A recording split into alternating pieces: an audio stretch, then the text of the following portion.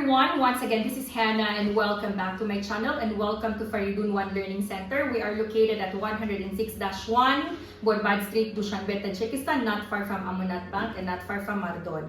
So our topic for today is the continuation of our topic yesterday, which is adjective. So we know that adjective describes nouns, okay, or adjective describes nouns. So adjective has three forms or levels. Eyes on the board. We have the base form, we have comparative, and we have superlative.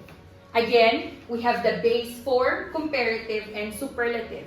Eyes on the board, all of you. Base form of adjective, we are not comparing this thing or this person with someone or something. Example. Hannah is beautiful. Here, we do not compare Hannah with anyone. Why? We are just saying that Hannah is beautiful. No comparison. Nieto sравнения. Муқоиса надорем. Okay? You understand? But comparative, we compare one thing with another thing. We compare one person with another person. Okay? So here, this is just for example. Okay? No one will be offended or whatever. Hannah is more beautiful than who? We can put Katoribe Arida. No. Than Shabnam. Just an example. Or Itagdale. You understand? Here, Hannah is more beautiful than Shabnam. Here, we are already comparing Hannah with another person who is Shabnam. You understand? It means Hannah is beautiful, Shabnam is beautiful, but there is a little difference between the two. You understand? And now, superlative, it is when you compare one person with 2, 3, 4, and everyone. You understand? Or when you compare this phone with 2 phones, 3 phones, or all the phones in the world. You understand? На русском base form это когда нету сравнения. Comparative это когда мы сравниваем между две. А superlative это когда мы сравниваем 3, 4 или на всего. You understand? You understand me? So now let's go to superlative. Hannah, again, this is just an example, is the most beautiful, person or woman or girl, is the most beautiful person, liba, in the world, or liba, between Shabnam, Sabrina, Malika, Dilnoza, and others. You understand? We are comparing Hannah, ay hamay zebotarin dal Jahon has, yo by ni Shabnam, Shahnoza, Madina, Malika, Itagdali. You understand? Are we clear? Again, that is base form, comparative, and superlative. The logic is very easy, but how to use it grammatically is our problem. Okay? Look at the board. I look at your book. Number 1. Tablitsa. Okay? After you look at the pedikoida, look at the board again. 1 syllable adjective.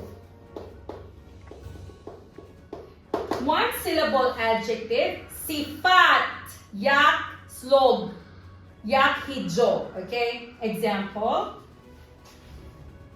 Let's say small. Okay. How many syllables? Chan hijo. 1. Skolka slog. Okay? Small. Now, eyes on the board, I said. Hamaton, look at the board. For 1 syllable adjective, very easy. Okay? From small, it will be Smaller. You just add ER in comparative. And in the superlative, you put the, then the adjective, then ES. Okay? May datar, may datarin. You understand? That is for the rule number 1. One syllable adjective. Look at the book, all of you, so that you can follow me. Okay? One syllable. Stop. One syllable, but it is consonant, vowel, and consonant. Look. Смотри, в доске. Can I have the chalk? Faster, faster. Okay, look. This word. This is consonant, vowel, consonant. Okay? If it is one syllable, but this is consonant, vowel, consonant. Look. Okay. What we need to do is consonant, vowel, consonant. The last consonant, you double it. You write it one more time. Then that's the only time that you put ER. Okay? Then here will be again, you put the, then consonant, vowel, consonant, then double the last consonant, write it one more time, and you put ES. Okay? Farbe, farbetar, farbetarin. Another example. Big. Look. Consonant, vowel, consonant. Bigger.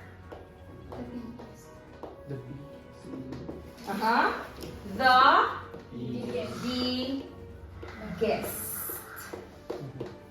Understood? Let's go to the third rule. Look. One syllable. Look. One syllable, but there is already a letter E. Okay?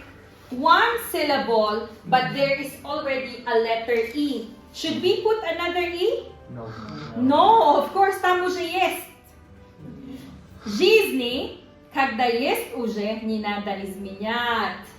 Когда уже есть, цени, не надо добавлять. You understand? Это в жизни. Смотри.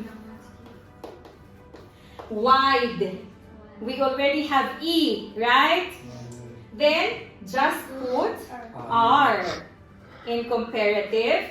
And here we will put the, and we already have E. Just put SE. You understand? So it will be Shiroki Batojikichi. Kushod. Kushod. Kushodtar. Kushodtarin. You understand? Did you understand? Wide. So the street is wide. Borbad Street is wide. Borbad Street is wider than Pasyolka. Borbad is the widest street in Firdavsi. You understand? Wider, the widest. Understood? Yes. Okay, now let's go to the next rule. Two syllables ending in Y. Two syllables ending in Y. Look.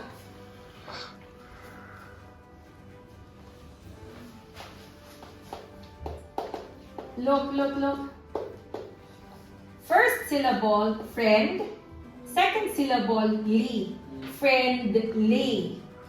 Another example. Funny. Okay. Fa for perbi.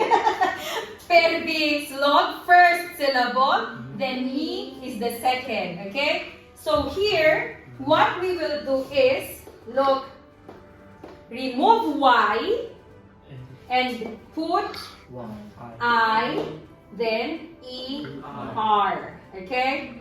Look, mi obrali Y, joy Y, bamesti Y, mi pastabili I, patong ER. And here, you will put the, then again, obiri Y, then IEST. Smishnoy patojiki. Kandovar, kandovatar, kandovatarin. You understand? Next rule, look at the book. Pus ani pasmote, should ani znać, что она разговаривает. Okay, next. All the long adjectives, it doesn't matter. 2 syllables or 3 syllables, as long as it's long, 2 or more. This is what you love because it's easy. Just you will put the and the long adjective.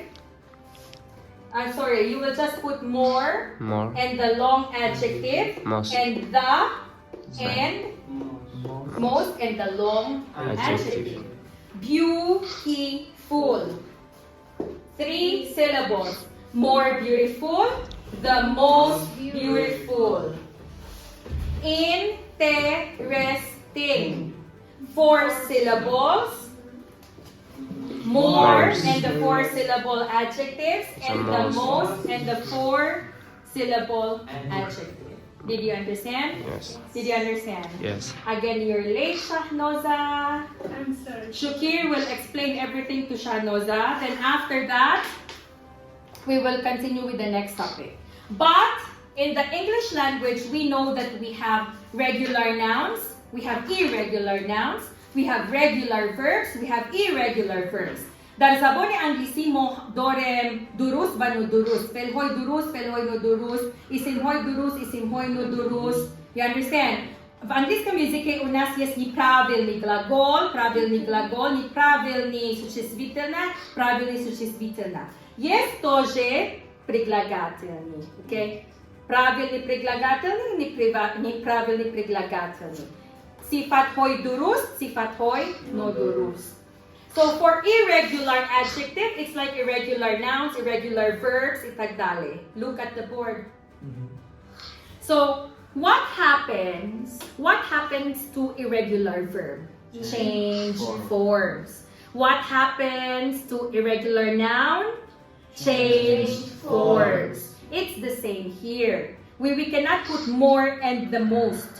We cannot put ER and EST. You understand? You need to change form. Example, good, better than, the best.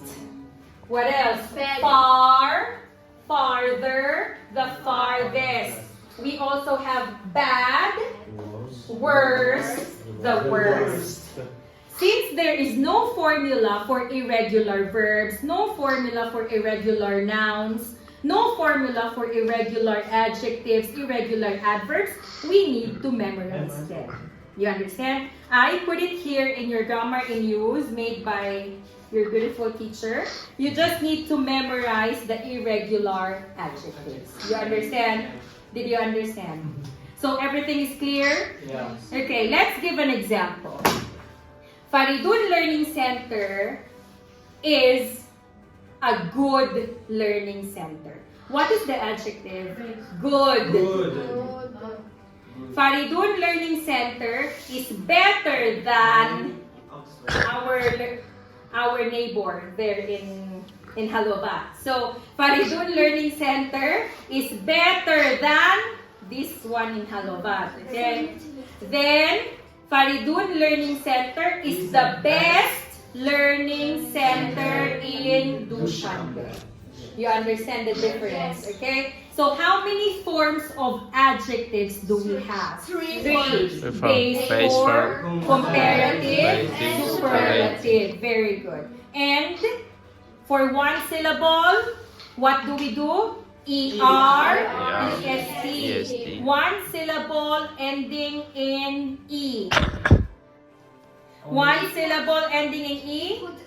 Only R, S, S, T. Two syllables ending in Y. Dropping. Very good. Did you understand? I'll give you 5 minutes, memorize everything, and off camera you will be answering to Shakir. Thank you so much for watching, and you do have a great day.